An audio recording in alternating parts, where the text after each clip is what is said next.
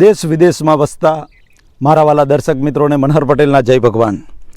મિત્રો, આજે આપણા શરીરનું એક મોટામાં મોટું ઓર્ગન જેને એલોપેથી સાયન્સ લીવર કહે છે અને ગુજરાતીમાં આપણે એને કાળજું કહીએ છીએ. મિત્રો, એની વાત કરવા જઈ રહ્યો છું. મિત્રો, કાળજાનું કેટલું મહત્ત્વ છે ને કવિઓએ પોતાની કલમમાં લખી દીધું છે કે કાળજે કટારી વાગી પ્રેમની. અને કન્યા વિદાયનો પ્રસંગ હોય ને ત્યારે મિત્રો માણસની આંખમાંથી આંસુ, પણ કવિઓએ કલ્પના કરી કે કાળજા કેરો કટકો મારા દિલથી છૂટી ગયો.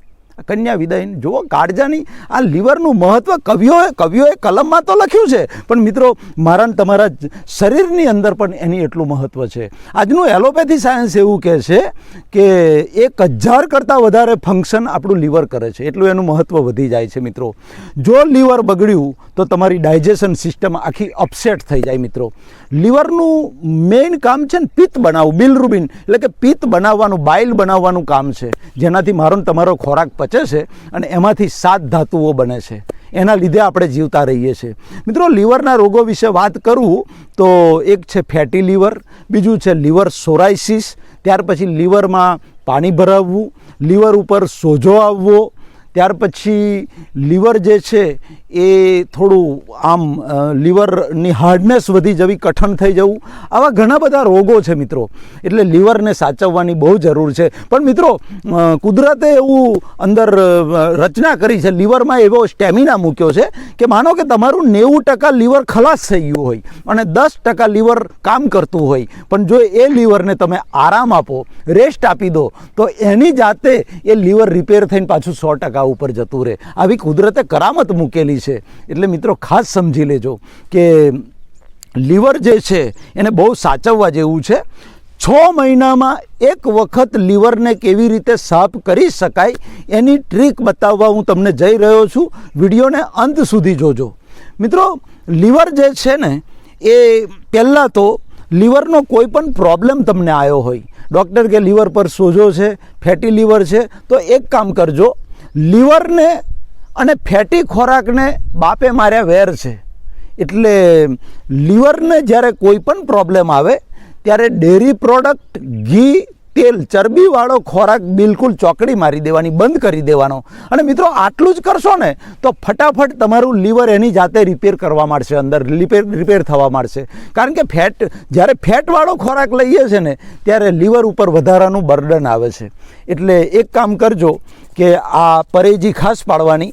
હું પ્રયોગ બતાવું છું તમને, બરાબર સાંભળી લેજો અને ડાયરીમાં નોંધી લેજો. મિત્રો, પહેલાં તો તમારે લેવાનું છે દૂધી, ત્યાર પછી લેવાનું છે ગાજર અને ત્યાર પછી છે બીટ અથવા તો પાલક, બેમાંથી એક જે મળે. આ ત્રણને સરખે ભાગે લઈ એને મિક્સરમાં કાઢી એનો એક 150 ગ્રામ જેવો, 150 થી 200 ગ્રામ જેવો તમારે જ્યુસ બનાવીને કાઢવાનો છે. અને એની અંદર સિંધવ, મીઠું અને સંચળ, જેને કાલા નમક કહીએ છીએ, અડધી ચમચી તમારે સિંધવ નાખવાનું છે અને 5 ચમચી જેટલું તમારે સંચર નાખવાનું છે. અને એને હલાવી અને સવારે નરના કોઠે પી જવાનું છે અને 1 કલાક પછી તમારે ચા નાસ્તો કરવાનો છે. આવો 7 દિવસનો એટલે કે 1 અઠવાડિયાનો પ્રયોગ છે. 1 અઠવાડિયું તમે પ્રયોગ કરો. હા, યાદ રાખો, આ 1 અઠવાડિયાનો પ્રયોગ કરો તે વખતે ચરબીવાળા ખોરાક બિલકુલ લેવાના નથી. કોઈ પણ ફેટી ખોરાક, તળેલો ખોરાક, ઘી, બટર કે ચીઝ, આવું કશું લેવાનું નથી. આ અઠવાડિયું એકદમ હલકો ખોરાક લેવાનો છે.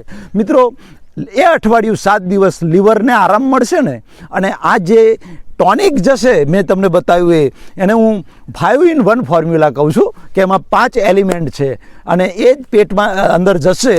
એટલે એ જ્યારે બ્લડમાં એ થશે ને, લીવરમાં જ્યારે જશે ને ત્યારે લીવરમાંથી લીવરની એફિશિયન્સી વધી જશે અને ડિટોક્સિક કરવાનું કામ કરે છે. મિત્રો, આમે લીવરનું કામ છે ને શરીરનો કચરો બહાર કાઢવાનું કામ છે. એટલે લીવર નબળું પડે ને તો આપણા શરીરની જે ગંદકી છે, કચરો છે, એ બહાર ના નીકળી શકે. એટલે લીવરને બહુ સાચવવાની જરૂર છે. એટલે હું લીવરને સફાઈ કામદાર કહું છું. કુદરતે આપણા શરીરમાં લીવર એક સફાઈ કામદાર મૂક્યો છે કે જરૂરી નથી એવો ઝેરી કચરો આપણે જે કંઈ આચર કુચર અંદર બધું ફફડાયું હોય અને પાણીપુરીને, ભેલપુરીને, તમારે આ પૂરીને, ફલાણી પૂરીને, ચટણી પૂરીને, મસાલા ઢોસા ને પેલું પાવભાજી અને આવું ગમે તે ફાસ્ટ ફૂડ્યું તમે અંદર ધબડાયું હોય પણ કુદરતને મારીને તમારી ચિંતા છે, એટલે કુદરતે લીવર મૂક્યું છે અને લીવર વધારે જે ટોક્સિક છે, ઝેરી પદાર્થો છે આપણે જે ખાઈએ છીએ એ લીવરે બહાર ફેંકવાનું કામ કરે છે. 6 મહિને એક વખત આ પ્રયોગ કરશો મિત્રો તો લાઈફ ટાઈમ તમારું લીવર તંદુરસ્ત રહેશે, એમાં કોઈ શંકા નથી. તો મિત્રો આવો આપણે દર 6 મહિને એક વખત આ પ્રયોગ કરી અને લીવરને સાચવીએ. એટલે કાળજું જે આપણું છે એ કાળજાની આટલી વેલ્યુ છે. મિત્રો આવતા વિડીયોમાં બીજી કોઈ વાત લઈને હું આવીશ. પરમપિતા પરમાત્મા મારા વાલા દર્શકોને લાભવું અને નિરોગી આયુષ્ય આપે એ જ હૃદયથી પ્રાર્થના. મનહર પટેલના જય ભારત, જય હિન્દ.